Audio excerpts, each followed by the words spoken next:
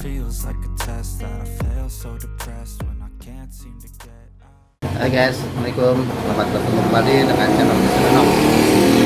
Pada kesempatan sore ini, kali ini gua akan ngajakin lo jalan-jalan ke Taman Ismail Marzuki atau Planetarium Jakarta. Ya, ada apa di sono?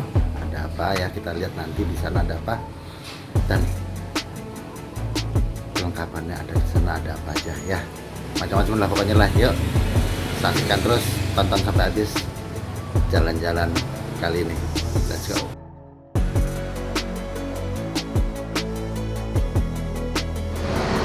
Oke guys, sekarang kita sudah sampai di Planetarium Jakarta ya. Seperti ini guys ya, ini lagi hujan-hujan nih, gue hujan-hujanan ya.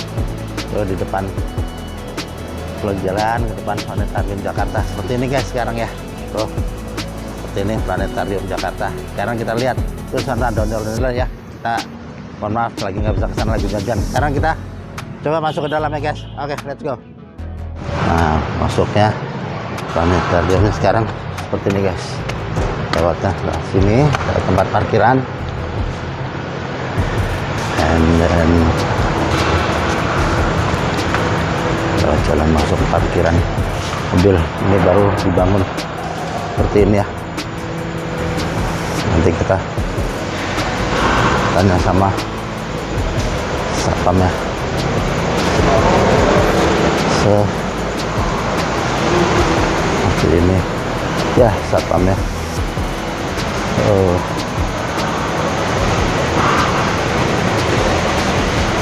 Oh, kita ikutin aja jalan masuk ke mana. Ya, kita masukin aja. Kita ikuti. Kita sekarang seperti ini lingkungannya. Oke, ada apa sih di Taman Ismail Marzuki? Ada seperti ini guys ya, ada seperti ini ya, seperti ini. Di sana ada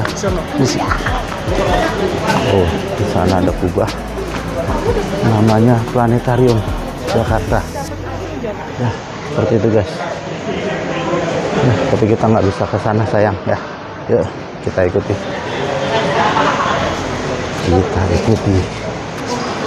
seperti ini guys ya.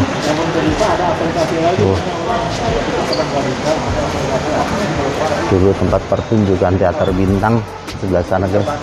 Di dalam kubah di sana, dia di atas ada dua kubah lagi. Nah, ada teropong di dalam sana ya guys.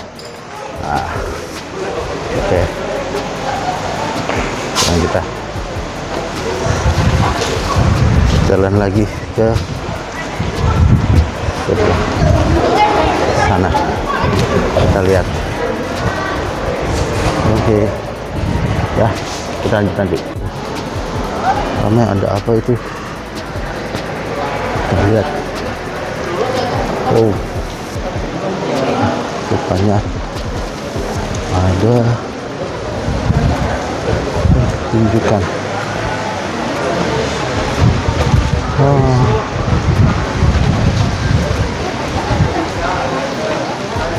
Sebelah sana ada gedung lagi, kita mau ke sana ya. Oke guys, kita sendiri bingung nih, hujan lagi.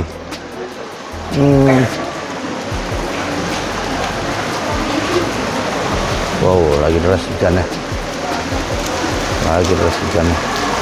Oke, kita ngiup di sini dulu guys. Ya guys, sekarang udah sampai di Planetarium Jakarta. Ya, suruh kesandung. Ya, gue masuk di dalam gedung teater. Ya, ternyata di sini ada pertemuan dari Himpunan Astronomi Amatir Jakarta. Ya, gue dulu aktif di sini ya, guys. Waktu sekitar antara tahun 2010 atau 2012, selama beberapa tahun gue lupa ya seperti ini guys. Oke ya guys, seperti ini ya, pertemuannya ya sementara ini. Sini Nah, di sini ada meja registrasinya ya. Di sini ada pertemuan rutin setiap 2 minggu sekali diadakan oleh Himpunan Astronomi Amatir Jakarta, bertempat di Planetarium Jakarta, guys. Nah, kegiatan ini gratis, guys. Semua boleh mengikuti dari semua lapisan masyarakat dan semua unsur pendidikan, ya. Kita belajar tentang ilmu astronomi di sini, ya. Bertanya sepuasnya tentang ilmu astronomi, ya. Nah, untuk dapat mengikutinya kita pertama harus registrasi dulu, guys, di sini, guys. Ini ada meja registrasi, ya. Nah, seperti ini registrasinya. Kita meninggalkan tanda pengenal, ya, baik itu KTP atau apapun. Ada Mbak Jinjagano, guys. Oke, sekarang kita sana lagi. Nah, seperti ini pertemuannya, meskipun hanya sementara, ya. Nah, di sini ada teman saya nih. Ya, sini ada teman saya. Sebagai teknisi dia di sini. Ya, namanya, maaf Mas, boleh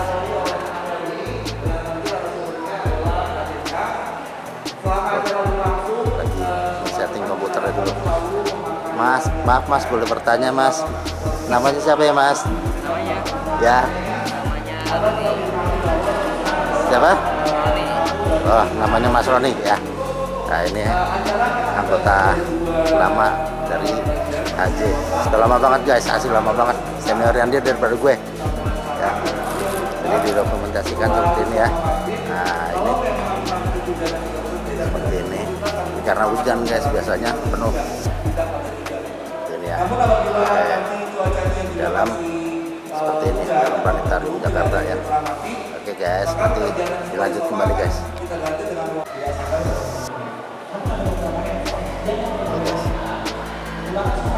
Luar hujannya tambah deras banget, guys. Asli hujan terus. Bisa di dalam gedung. Di dalam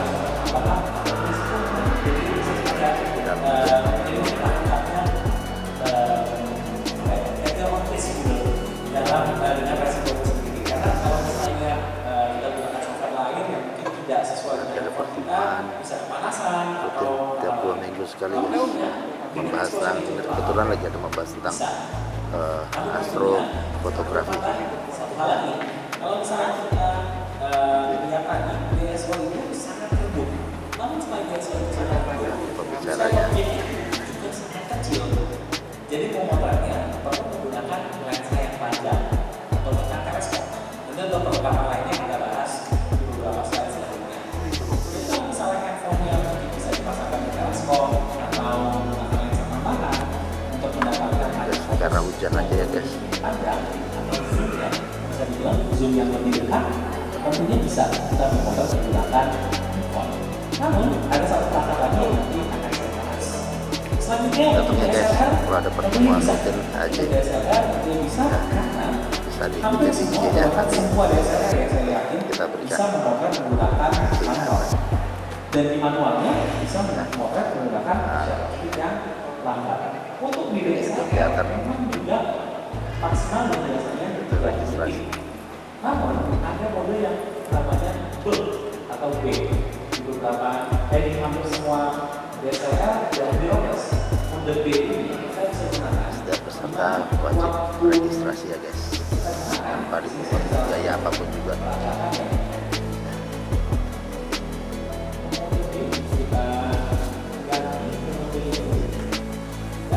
kalau misalnya saya punya sekali saya pencet, dia akan membuka sensornya terus. Jadi sensornya terbuka terhadap cahaya sampai saya lepas. Registrasinya. Oh ya, Mbak, nanya Mbak, kalau umum mau ikut pertemuan rutin, nah itu lihatnya di mana? Oh, di sosial medianya HAJ. Ya. Di HAJ dan 84. Sosial medianya HAJ. HJ. Ya, bisa di Instagram, bisa di Twitter, bisa di Facebook. Di HAJ 84. HJ 18. Oke, tugas ya.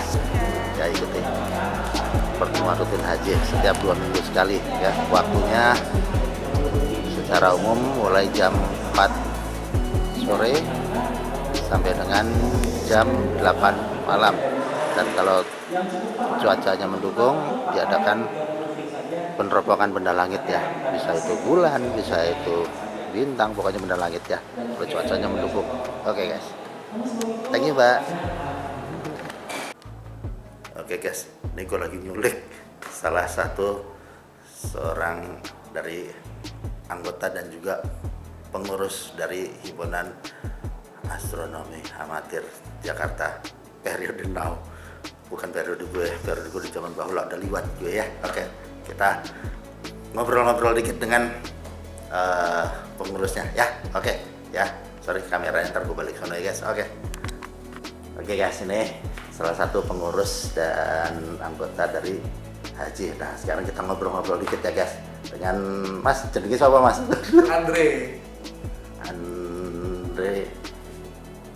Andre Kurniawan. Oke, gimana ya? Oke, ini kita begini aja guys ya, satu arah. Nah Mas, ini kan di Jakarta ya khususnya pengunjung planetarium Jakarta. Nah, kalau pas kebetulan orang-orang ini lagi jalan-jalan kayak saya gini ya, kebetulan jalan-jalan terus tahu-tahu nemu kok ini kegiatan apa gitu. Nah, ada tulisan apa namanya, tulisan HAJ itu. Nah, apa dong Mas, mohon maaf Mas, minta tolong dijelaskan supaya kita orang umum ini pada paham ya apa sih dan apa gini gitu loh. Monggo Mas, silakan Mas, mohon maaf ya Mas. Oke ya, jadi HAJ itu singkatan dari Himpunan Astronomi Amatir Jakarta. Nah, HAJ itu adalah komunitas yang base-nya itu ada di Planetarium dan Observatorium Jakarta. Kalau misalkan teman-teman lagi jalan-jalan ke daerah Taman Ismail Marzuki, terus ketemu sama acara kita di Taman Ismail Marzuki, khususnya ya di Planetarium dan Observatorium Jakarta, itu teman-teman boleh hadir di acara kita karena kita punya acara-acara yang memang kadang diadakan di Taman Ismail Marzuki, di Planetarium dan Observatorium Jakarta. Salah satunya adalah yang mungkin hari ini lagi dilaksanakan, yaitu pertemuan rutin Himpunan Astronomi Amatir Jakarta. Seperti itu. Pertemuan rutinnya juga banyak temanya, nggak cuma satu.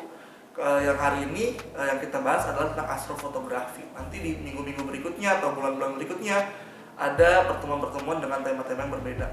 Nah, kalau teman-teman mau tahu tentang kegiatan kita, karena kegiatan kita itu bukan cuma pertemuan rutin, ada workshop, ada star party, ada kegiatan-kegiatan lain yang memang mendorong dunia keastronomian. Nah, kalau teman-teman mau tahu tentang kegiatan-kegiatan dari HAJ, teman-teman boleh kunjungi Instagram kita di HAJ.84. Nah, di situ semuanya sudah ada informasi-informasi mengenai kegiatan HAJ. Jadi teman-teman bisa datang ke planetarium, ketemu sama teman-teman HAJ, belajar bareng tentang astronomi. Seperti itu. Oke, makasih HAJ. Itu apa, kepanjangan apa tadi? Himpunan Astronomi Amatir Jakarta. Himpunan Astronomi Amatir Jakarta. Iya. Berarti khusus untuk orang-orang yang berlatar belakang pendidikan astronomi dong, atau ilmu tentang eksak apa ilmu begitu dong. Nah, bagaimana dengan kita yang awam? Apakah boleh dan bisa? Nah, ya. Jadi nggak usah panik, nggak usah khawatir buat teman-teman yang bukan orang astronomi gitu dalam tanda kutip. HAJ itu terbuka buat siapa aja, dari anak-anak, remaja, orang dewasa, bahkan sampai kakek nenek juga boleh main ke HAJ. Karena kita adalah komunitas ya, jadi kita kan ada komunitasnya kan Himpunan Astronomi Amatir Jakarta. Bukan berarti kita amatiran ya, tapi berarti kita bukan profesional seperti itu. Jadi latar belakangnya apapun boleh datang ke sini. Contoh kayak saya latar belakangnya biologi, tapi saya suka astronomi, nah, jadi saya main ke sini kayak gitu. Saya main di sini sampai akhirnya bisa jadi pengurus kayak gitu. Nah, jadi teman-teman yang mau latar belakangnya seni, mau latar belakangnya bahasa atau apapun itu, tapi suka dengan astronomi, boleh main ke sini, kita belajar bareng tentang astronomi. Jadi nggak usah khawatir buat teman-teman yang latar belakangnya bukan astronomi, seperti itu. Oke, berarti dasarnya hobi. Hobi, betul. Oke. Nah, kemudian kayak acara seperti ini itu waktunya biasanya kapan gitu, Mas? Oke, kalau pertemuan rutin seperti hari ini, itu pasti di hari Sabtu, kita nyari weekend, dari jam 4 sore sampai jam 8 malam. Nah, untuk tanggal-tanggalnya, tadi seperti saya sudah bilang, kalian bisa cek di Instagram kita di HAJ284. Nanti jadwalnya akan di-upload di sana, posternya juga ada. Nah, teman-teman nanti tinggal registrasi, terus datang deh ke sini. Seperti itu. Oh, gitu. Oke. Makasih banyak atas penjelasan singkatnya ya. Sudah seperti itu. Nah, namanya peneropongan bintang. Ya. Pokoknya saya bukan peneropongan bintang, tapi peneropongan benda langit ya. Nah, apa namanya, tentunya ya memakai ya teleskop dong ya. Nah, nanti apa namanya, kan orang awam juga pengen tahu apa namanya teleskop itu seperti apa aja sih gitu ya. Itu bisa minta tolong Masnya nanti gimana gitu ya, apa namanya bila diperkenankan, oh ini teleskop ini seperti ini, teleskop ini seperti ini, minta tolong ya Mas ya. Boleh, nanti setelah isoma, kalau misalkan cuacanya memungkinkan, tidak hujan, tidak mendung, kita akan buka teleskop di dak atas, kita akan coba observasi benda langit. Tapi kalaupun memang hari ini mendung, nanti kita akan ada workshop astrofotografi. Jadi nanti teman-teman bisa ikut workshopnya lewat virtual. Nanti kita sediakan teleskopnya, kita kasih tahu ini teleskop jenis apa, lalu bagaimana cara penggunaannya, lalu bagaimana ketika diaplikasikan menggunakan astrofotografi, seperti itu. Oke, terima kasih banyak banyak ya Mas ya. Nah, nanti kita dikawal sama Mas apa tadi? Andre. Mas Andre ya. Kita culik dulu Mas Andre buat ngajak kita jalan-jalan nih. Oke guys. Oke. Thank you. Terima kasih.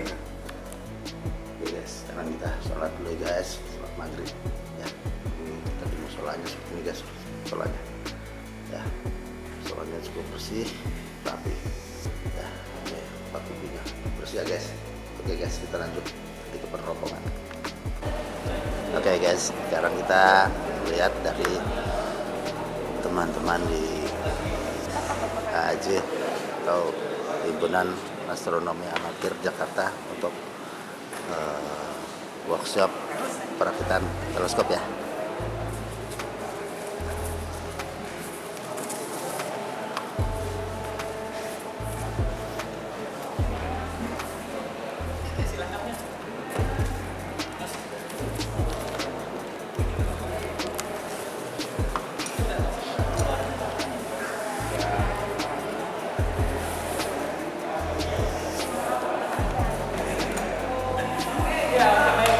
Teman-teman semua, ini adalah beberapa bagian dari teleskopnya. Pertama, ini ada tripodnya. Tripodnya tentunya jauh lebih besar daripada tripod kamera yang seperti ini ya. Beban yang dimakan oleh tripod ini tentunya jauh lebih berat.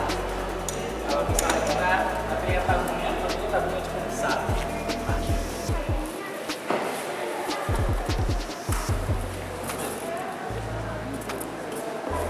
Pertama-tama seperti tadi, ini ada bagian tiang teleskop, tripod teleskop, karena bagian 3, satu tiang, monopod, tidak.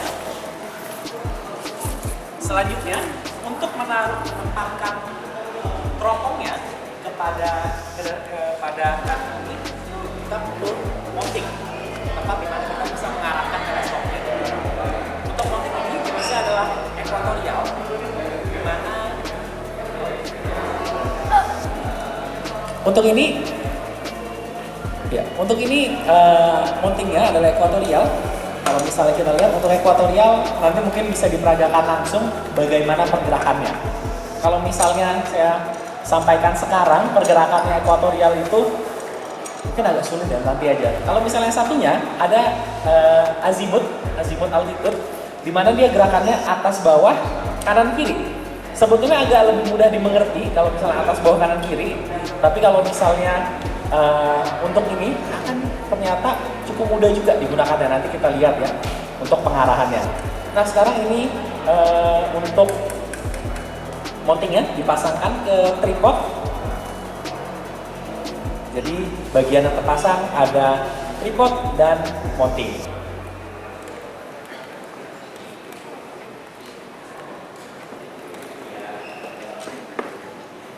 Oke, selanjutnya kita memasang yang namanya aksesori tray. Seperti namanya, ini tempat untuk menaruh aksesoris, di mana kita jadi bisa menaruh eyepiece, menaruh beberapa part teleskop dan lain-lain. Dan juga fungsi lainnya adalah untuk menjaga agar tripodnya tetap kakinya dalam posisi yang seharusnya. Kalau misalnya kita lihat tripod yang ini, kita lihat kalau misalnya digeser sedikit, kita senggol, itu bisa dia seperti ini, kolaps ya, kolaps ke dalam, dan tentunya ketika hal ini terjadi jadi tidak stabil dan tentunya jatuh. Jadinya kalau misalnya pakai aksesori tray itu, karena ada besi penahannya, jadinya tidak akan kolaps ke dalam, tidak akan masuk ke dalam untuk bagian tripodnya. Selanjutnya yang dipasangkan di sini ada tiang bandul, tempat di mana kita menaruh bandul dari teleskop ini. Bandulnya gunanya adalah untuk sebagai penyeimbang dari beban tabung teleskop yang berada di atas. Jadi tentunya bandulnya ada di bawah, tabung teleskopnya ada di atas.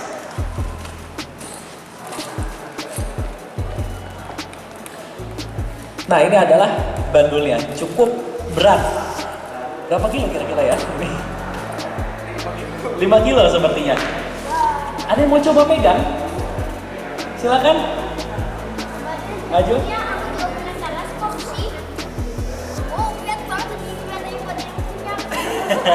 Iya, cukup berat memang ya. Karena memang ini digunakan untuk menyeimbangkan berat dari teleskopnya. Jadi semakin besar teleskopnya, tentunya akan semakin besar juga bandulnya.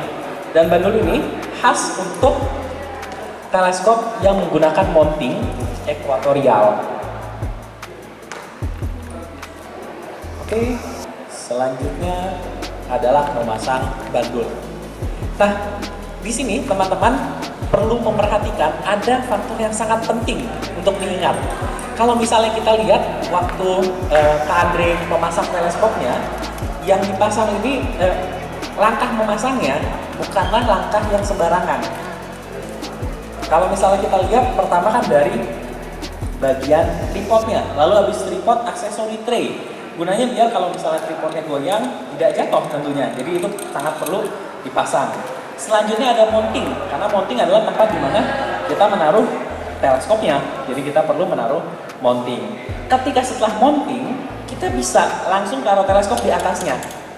Tapi yang terjadi kalau misalnya kita taruh teleskop di atasnya dengan tidak ada pemberat di bagian bawah, hasilnya kan berat di atas. Ketika berat di atas akan jeger, jatuh ke bawah. Dan tentunya akan sangat buruk untuk teleskopnya, karena teleskopnya jatuh tentunya merusak teleskop yang cukup sensitif. Baik, selanjutnya yang dipasang adalah tabung di sini. Iya, gede ya tabung teleskopnya. Tabung teleskop ini untuk spesifikasinya ini memiliki panjang fokus 1000 mm. Jadi kalau misalnya lensanya 1000 mm ya, jadi sangat panjang. Gampangnya zoomnya besar. Itu untuk masalah penyebutannya ya. Kalau misalnya teknisnya 1000 mm. Selanjutnya untuk diameternya seberapa lebar lensa yang dapat menangkap cahaya. Kalau misalnya di kamera itu seperti aperture ya, kalau misalnya di lensa aperture-nya itu 120 mm, jadi 12 cm, cukup besar. Semakin besar akan semakin banyak cahaya yang bisa masuk terkumpulkan pada penangkap gambar. Bisa pakai mata kita tentunya, atau bisa juga pakai kamera. Jadi itu adalah untuk bagian teleskopnya. Nah, teleskopnya tentunya kalau misalnya kayak gini doang nggak bisa kita pakai juga. Perlu ada aksesoris-aksesoris lainnya yang perlu kita tambahkan. Di sini ada aksesoris yang bernama finder scope atau finder scope holder, tempat menaruhnya finder scope. Dimana di sini di tempat itu kita akan menaruh finder scope sebuah pakai yang flip mirror juga. Kata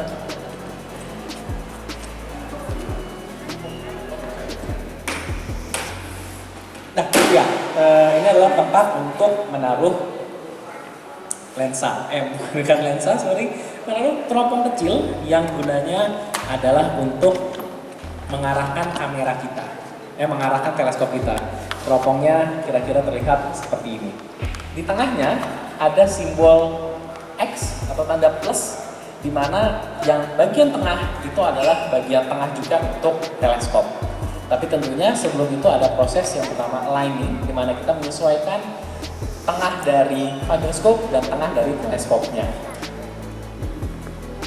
Selanjutnya, yang tadi dipasang untuk bagian ini adalah bagian namanya flip mirror.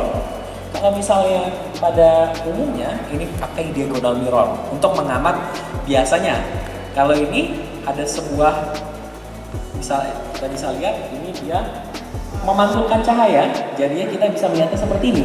Karena teleskop kalau misalnya langsung dipasangkan dengan eyepiece di bagian belakangnya, kalau misalnya mengarahnya ke atas, kita akan sangat kesulitan dalam mengamatinya. Jadi diagonal mirror gunanya adalah untuk memudahkan kita dalam mengamat saat menggunakan teleskop.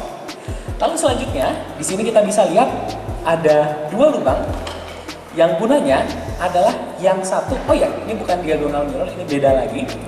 Ini adalah flip mirror namanya. Dia bisa flip di antara dua lubang. Yang pertama, di sini ada tempat di mana kita bisa menaruh kamera. Jadi tempatnya kamera, dan yang di sini ini adalah tempat eyepiece, di mana kita bisa mengamat langsung menggunakan mata kita. Jadinya enaknya kalau misalnya pakai flip mirror, kita bisa pertama lagi pengen ngamat pakai teleskop, kita bisa flip jadi ke teleskop. Lalu ketika pengen ngamat pakai mau potret, kita bisa flip lagi, langsung bukan kayak gini ya, langsung kita bisa foto. Untuk kameranya, ya.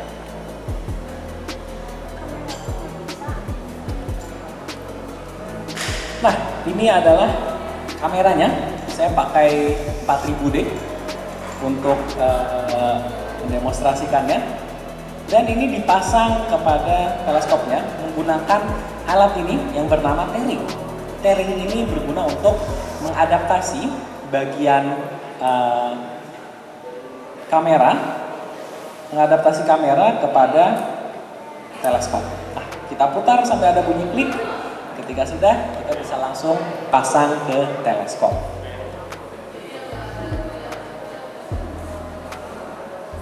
Ketika dipasangkan ke teleskop, kita jadinya menggunakan teleskop ini yang panjang fokusnya besar dan juga diameternya lebar, panjang fokusnya panjang dan diameternya lebar, menjadi lensa untuk kamera kita. Jadi contohnya kalau awalnya lensa kamera yang saya gunakan seperti ini hanya 50 mili. 50 mili itu rata-rata mata manusia melihatnya 50 mili. Ini kita pasangkan ke lensa yang 1000 mili untuk milimeternya. Jadi jauh lebih dekat zoomnya dibandingkan dengan lensa yang biasa atau lensa lainnya. Kalau misalnya teman-teman mungkin ada lensa bawaan dari kameranya, Canon biasanya untuk seri DSLR-nya 1855 ya, atau ada 18135. Nah, ini adalah salah satu trik ya, kalau misalnya kita lihat, kalau misalnya kameranya jatuh, dia akan tertahan oleh ini. Jadi itu sebuah lapisan keamanan saja untuk menambah ketenangan kita saat memotret. Jadinya ya mungkin lebih tenang, walaupun kalau misalnya kita lihat mungkin bakal kepentok teleskop juga, tapi ya mungkin yang penting nggak kena. Iya, setidaknya nggak langsung jatuh ke bawah. Tapi sebetulnya kalau misalnya bawahnya rumput, buruk lebih buruk yang mana, Kak? Jangan sampai ya, jangan sampai punya pengalaman. Tapi selama ini saya nggak pernah ada pengalaman teleskop jatuh dari tripod ya untungnya, atau kamera jatuh dari teleskop. Oke, selanjutnya ketika semua bagiannya sudah dipasang, sekarang dilakukan yang namanya balancing atau penyeimbangan. Kalau misalnya kita lihat kan di sini ada bagian tabung, di mana ada aksesoris kamera, aksesoris finder scope dan lain-lain, dan di sini ada bandul. Bagaimana caranya agar waktu kita memegang teleskopnya, waktu mengarahkan semuanya halus, tidak berat ke satu sisi tidak berat ke satu sisi.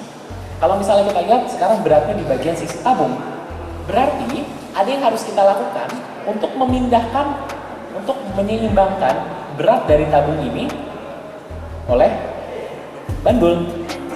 Kira-kira gimana caranya? Ya, tentunya caranya adalah dengan kita kunci dulu semuanya, kita kembalikan ke posisi semula teleskopnya, dan kita geser bandulnya ke bawah. Ketika bandulnya sudah geser ke bawah sedikit, kita coba tes lagi, dan kalau misalnya kita lihat sudah lebih seimbang. Tapi sepertinya masih terlalu berat di bagian tabungnya. Jadi proses yang kita ulang lagi, kita kembalikan ke posisi rumah dan kita ulang lagi bandulnya tipis saja sedikit ke bagian bawah sampai sudah terbuka.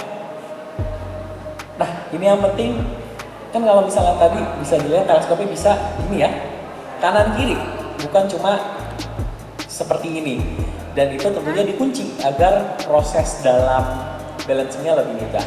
Dan kita bisa lihat untuk balancingnya sudah berhasil, sudah selesai.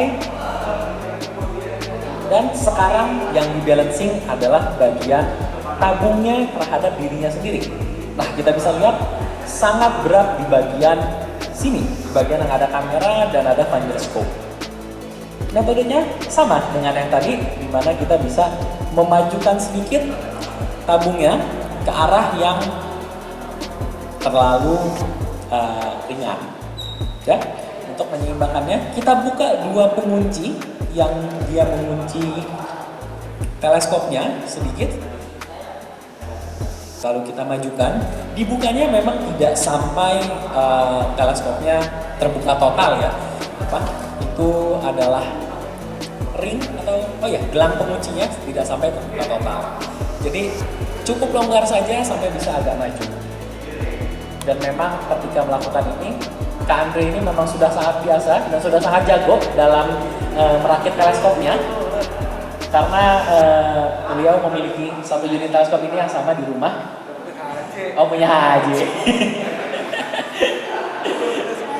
Ya, baik. Ya, intinya adalah Kak Andre ini sudah terbiasa, jadi terlihat mudah.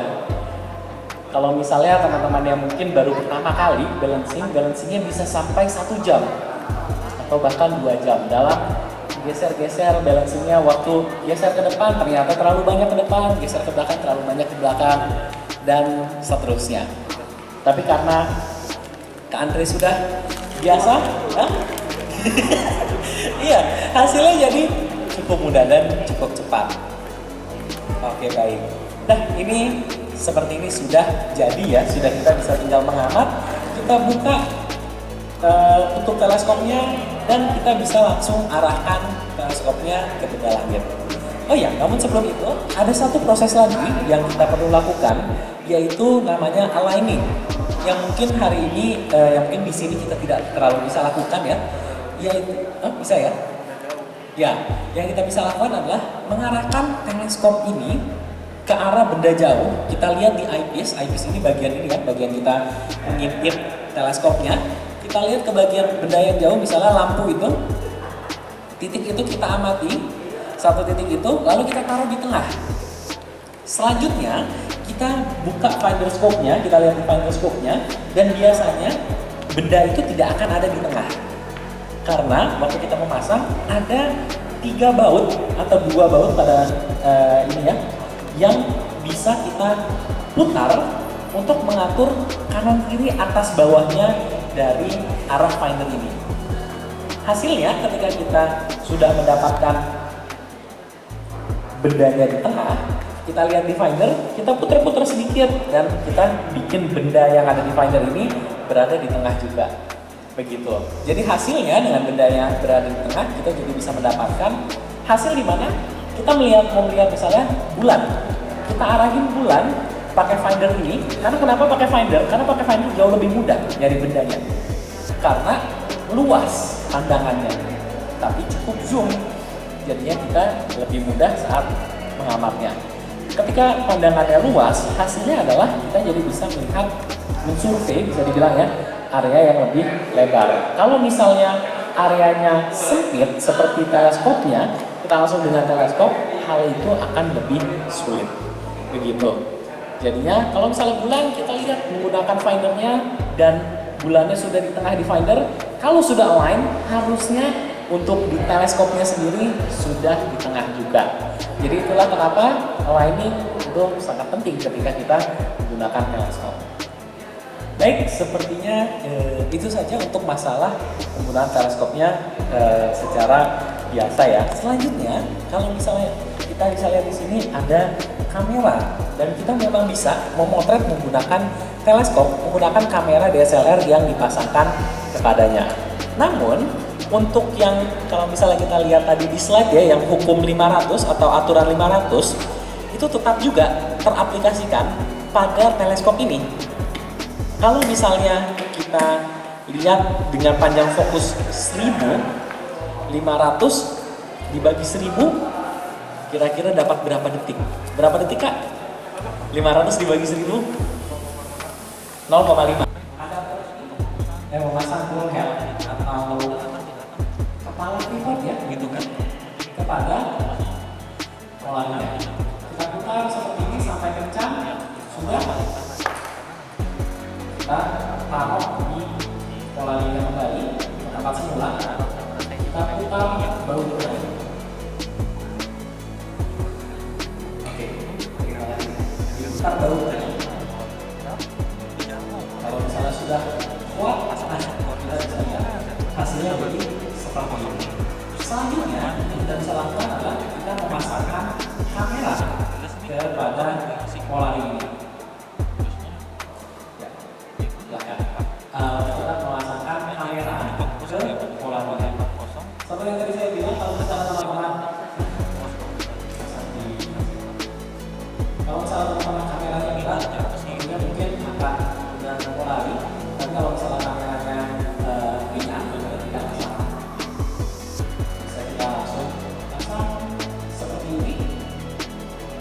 Nah, kalau ini memang ada instrumen yang sangat sensitif. Jadi kalau misalnya kita geser sedikit saat pemasangannya, dia akan geser juga pada saat trackingnya, pada saat tracking langit, begitu.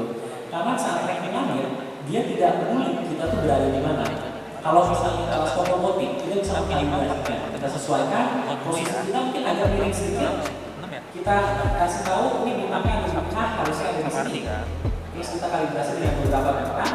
Hasilnya kita jadi bisa mendapatkan foto di mana ya bisa mendapatkan hasil di mana trackernya waktu kita memotret jadi lebih sesuai.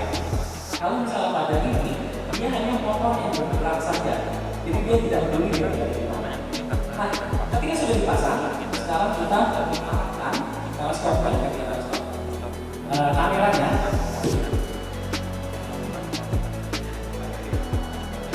Oke, terima kasih. Kita arahkan kameranya ke arah yang kita inginkan. Pada sini misalnya saya akan mengarahkan arah sana, sudah kita di sana. Oke, kita kencangkan dulu ya. Lalu sekarang kita bisa langsung pasang ke dudukan tripod. Nah, kita pasang ke dudukan tripod di sini. Oh ya, tripodnya teman-teman, pastikan kalau misalnya memang sudah pakai pola ini dan kalau misalnya memang pakai pola ini, yang sesuai dengan itu, karena itu tentunya mendukung hasil yang lebih baik. Begitu. Nah, selanjutnya di sini ada beberapa opsi untuk bagian pengoperasiannya. Ada bagian lampu tidak kelihatan ya, ini ada mode bintang.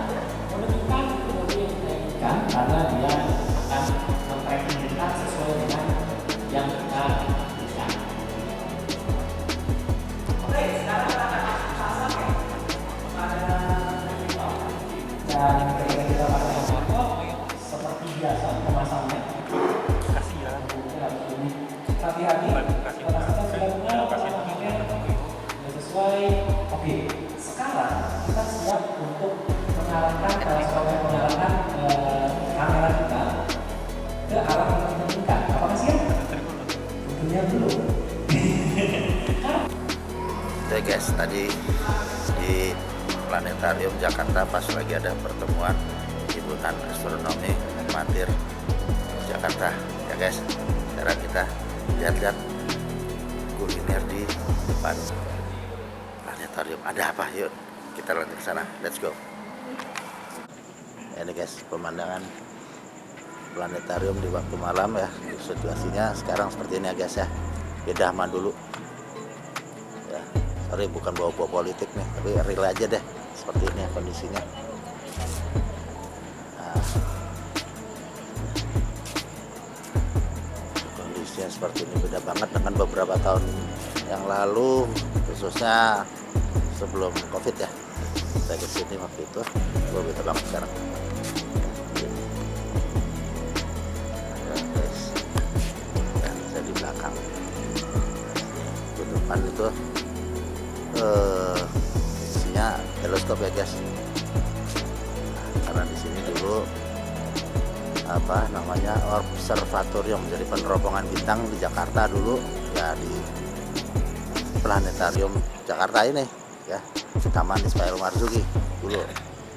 Ingat-ingat waktu saya kecil juga suka diajak jalan-jalan sama almarhum bapak saya ke sini ya, nonton pertunjukan bintang ya guys. Itu di dalam gedung itu guys ya, kita nggak bisa ke sana karena masih berantakan, bangunannya belum jadi ya.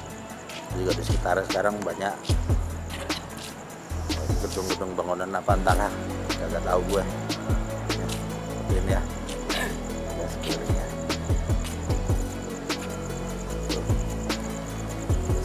kita ada di gedung teater belakang.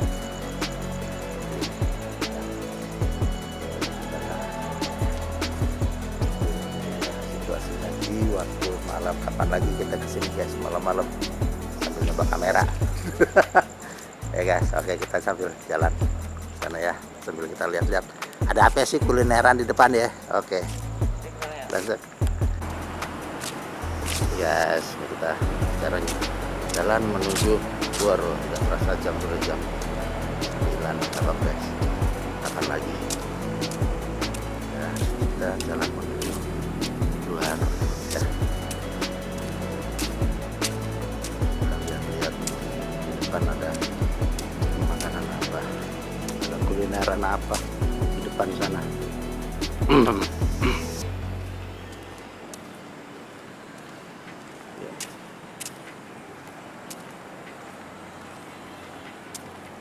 Oh, dan seperti ini guys ya.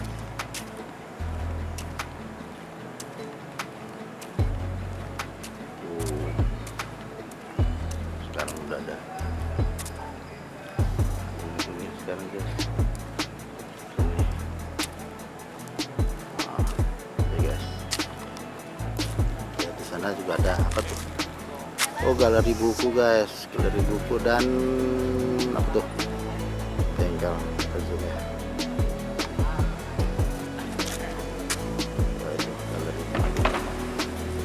Galeri buku guys, ada galeri buku semacam perpustakaan kecil. Nah, perpustakaan. Yuk, kita keluar. Nah, ini di luarnya banyak yang jual kulineran guys ya. Banyak yang jual kulineran, dulunya di depan itu juga banyak ya.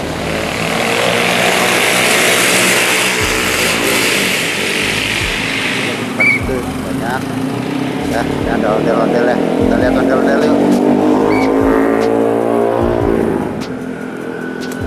Kita lihat ondel-ondelnya.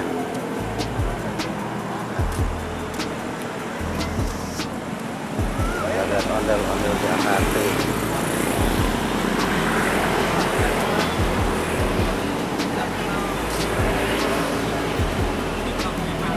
Ondelnya guys, ada ondel-ondel.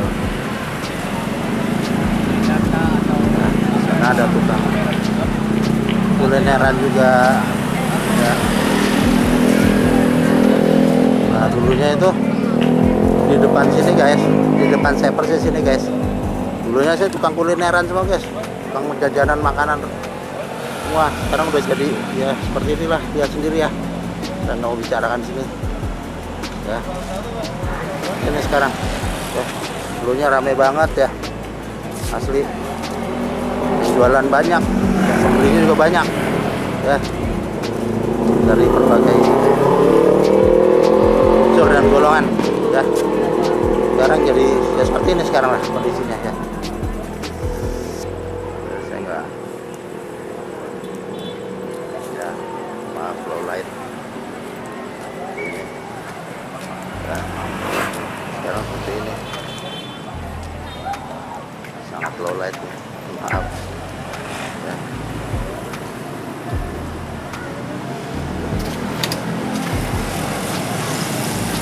Ini sekarang jualannya jadi material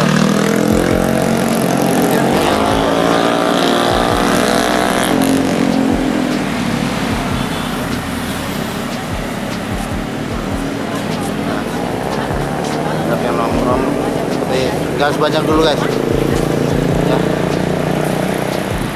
nggak sebanyak yang dulu, cuman ini aja ya.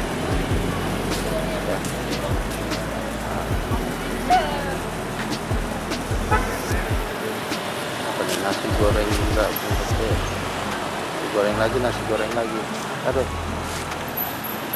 ya. Ini sekarang guys jualannya asli dikit banget, asli dikit banget ya. Itu cuma bakpao ya, goreng lagi, nasi goreng lagi, nasi goreng pete ya. Kita coba nasi goreng petenya guys ya. Oke guys, ini ya, ini nasi goreng depan Taman Ismail Marzuki ya guys. Ini persis di depan pintu masuk dan keluar kendaraan ya. Nasi goreng pete ya, saya lagi pesan ini guys ya, nanti buat makan di rumah. Oke guys, lanjut.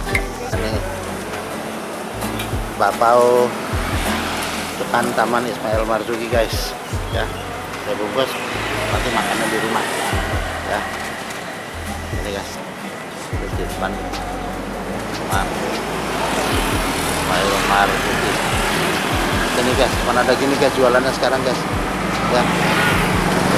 Kalau dulu banyak banget ya. Oke guys, ini saya dalam mau perjalanan kembali ke Pangkalan, balik ke rumah ya. Nanti kita makannya di rumah ya guys. Nah, oke, sampai ketemu lagi nanti di rumah ya guys. Oke, thank you. Oke guys, gue sekarang udah sampai rumah ya, baru gue nyampe ya, pulang naik ojek naik ojek online ya, baru gue sampai rumah sekarang guys ya. Wah, asik banget tadi jalan-jalan di planetarium ya, bisa saksikan sendiri ya. Nah, selamat berjumpa kembali dan sampai ketemu lagi di jalan-jalan dan kulineran Mr. Ninong di lain waktu dan lain acara ya. Jangan lupa tolong di like, subscribe, and share. Thank you. Terima kasih. Assalamualaikum. Nah, sekarang kita unboxing nasi goreng petenya guys. Nasi goreng pete depan planetarium ya. Ini ada kerupuk. Terus ya,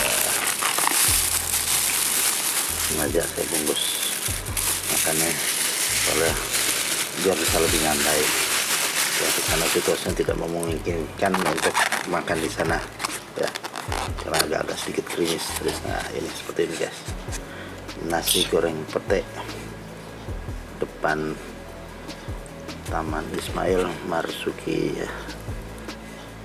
Harganya di sini, harganya segini cuman ya lumayan, hanya 15.000 ini guys. Nah, ini kursinya. Yuk kita makan yuk.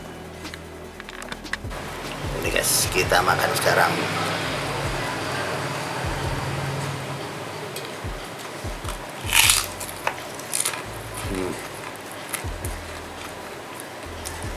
Wah, mantap. Manis. Rasanya oke. Porsinya standar. Ya.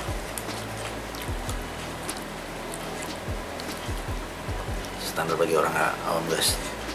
Mantap banget rasanya. Pedasnya juga manis. Mantap.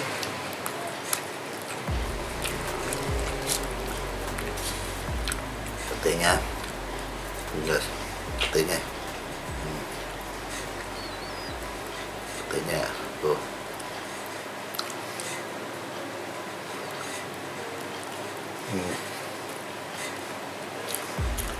Berasa banget petenya, pokoknya ya.